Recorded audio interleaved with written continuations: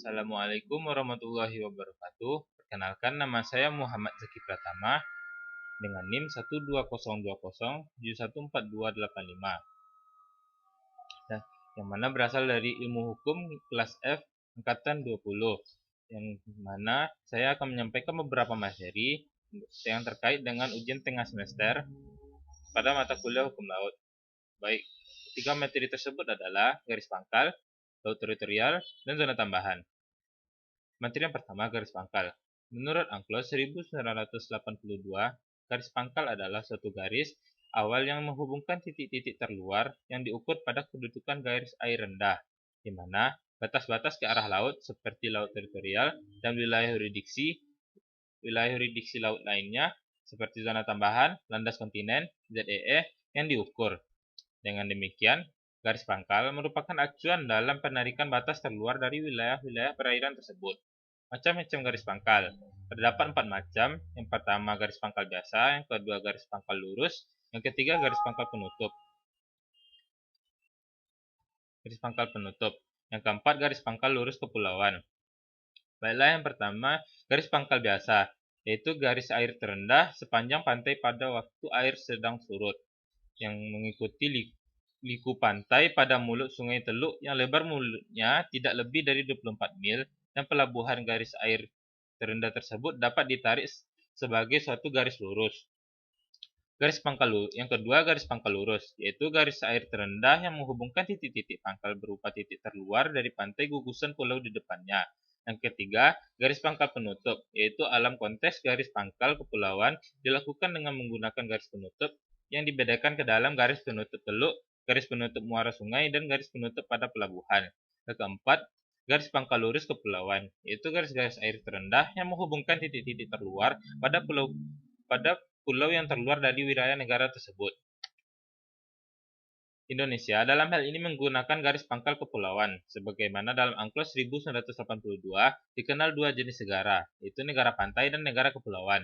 Diakuinya konsepsi negara kepulauan adalah hasil perjuangan Indonesia sejak Deklarasi Juanda tahun 1957. Sebagai negara kepulauan, Indonesia berhak menarik garis pangkal kepulauan yang menghubungkan titik-titik terluar dari kepulauan terluar yang dimiliki Indonesia. Dengan demikian, garis pangkal kepulauan mempersatukan wilayah Indonesia yang terdiri atas beribu-ribu pulau. Materi yang kedua yang ingin saya sampaikan adalah laut teritorial. Laut teritorial atau perairan teritorial, yang mana bahasa Inggrisnya adalah territorial sea, adalah wilayah kedaulatan suatu negara pantai selain wilayah daratan dan perairan pedalamannya. Sedangkan bagi suatu negara kepulauan seperti Indonesia, Jepang, Filipina, laut teritorial meliputi pula suatu jalur laut yang berbatasan dengan perairan kepulauannya dinamakan perairan internal, termasuk dalam laut teritorial. Pengertian kedaulatan ini meliputi ruang udara di atas laut, laut teritorial, serta dasar laut dan tanah di bawahnya. Dan kedaulatan atas laut teritorial dilaksanakan dengan menurut ketentuan Konvensi Perserikatan Bangsa-Bangsa tentang Hukum Laut. Angklos 1958 dan 1960 karena kedua konvensi menetapkan bahwa lebar laut teritorial setiap negara adalah 3 mil. Laut diukur dari pangkal hukum laut di Indonesia sejak zaman kemerdekaan telah menemui beberapa kali perubahan. Pada awalnya, hukum Belanda dalam Ordonansi Laut Teritorial 1939 menjelaskan bahwa laut teritorial Indonesia berjarak 3 mil ke arah laut lepas. Laut teritorial Indonesia. Yang pertama, laut teritorial selebar 12 mil laut yang diukur dari garis pangkal kepulauan mengelilingi kepulauan Indonesia, perairan Nusantara yang terletak di antara pulau-pulau, beserta dasar laut yang berada di bawahnya. Kedua, laut teritorial adalah perairan selebar 12 mil laut diukur dari garis pangkal kepulauan di mana Indonesia memiliki kedaulatan penuh atas wilayah laut, dasar laut, subsoil, dan udara di atasnya. Berikut sumber daya alam yang terkandung di dalamnya. Status hukum laut teritorial tetap mengakui hak-hak internasional seperti hak lintas damai kapal-kapal asing yang berlayar melalui perairan Indonesia seperti pipa-pipa, kabel-kabel yang telah ada di dasar laut. Prinsip-prinsip pengukuran laut teritorial. Yang pertama, prinsip garis tengah, yaitu prinsip penyelesaian garis batas wilayah laut antara negara yang terletak geografisnya saling berhadapan. Misal, penyelesaian garis batas laut wilayah antara Indonesia dan Malaysia di Selat Melaka pada tahun 1971. Yang kedua, prinsip sama jarak, yaitu prinsip penyelesaian garis batas laut antar negara yang letak geografisnya saling berdampingan. Misalnya, penyelesaian garis batas laut wilayah di utara dan di selatan Pulau Irian atau Papua sebagai kelanjutan garis-garis batas wilayah darat Indonesia antara Indonesia dan Papua Nugini. Penyelesaian tersebut disahkan dengan Undang-Undang Nomor 6 Tahun 1973. Prinsip keadilan yang ketiga yaitu prinsip keadilan, yaitu prinsip penyelesaian batas wilayah laut didasarkan pada keadilan dan bukan didasarkan pada kondisi fisik alamiah semata. Prinsip keadilan tersebut dijadikan landasan karena dalam perundingan penyelesaian batas wilayah tersebut dipertaruhkan kepentingan ekonomi, sosial, dan budaya dari salah satu negara yang menjadi pihak dalam perundingan. Yang keempat, prinsip kelanjutan alamiah, yaitu prinsip penyelesaian batas landas kontinen yang didasarkan kepada kelanjutan ciri-ciri alamiah dari daratan sampai ke laut, dasar laut. Materi yang ketiga yaitu zona tambahan. Zona tambahan adalah suatu jalur perairan yang berdekatan dengan batas jalur maritim atau laut teritorial, tidak termasuk kedaulatan negara pantai, dapat dilaksanakan hak-hak penguasaan tertentu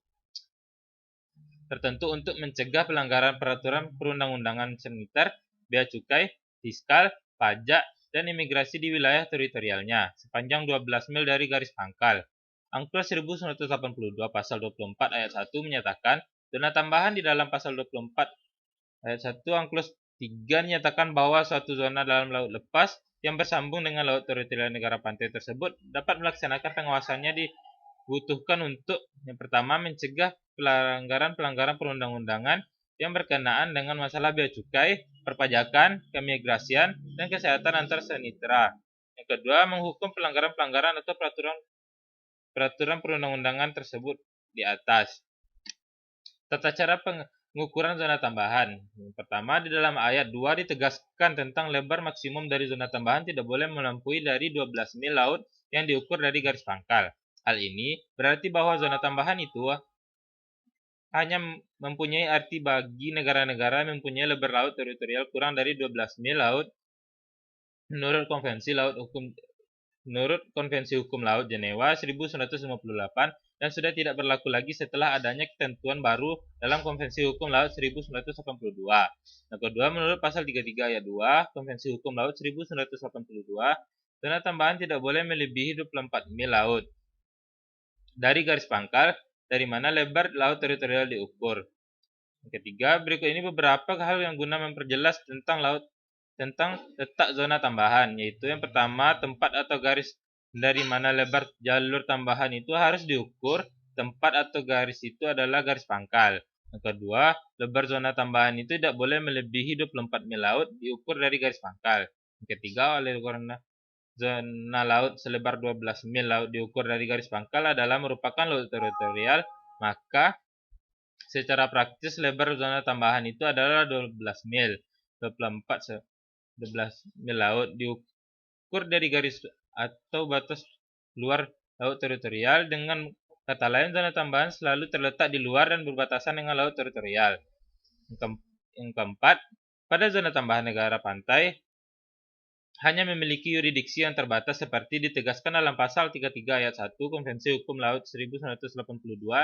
Hal ini tentu saja berbeda dengan laut teritorial di mana negara pantai di laut teritorial memiliki kedaulatan sepenuhnya dan hanya dibatasi oleh hak lintas damai.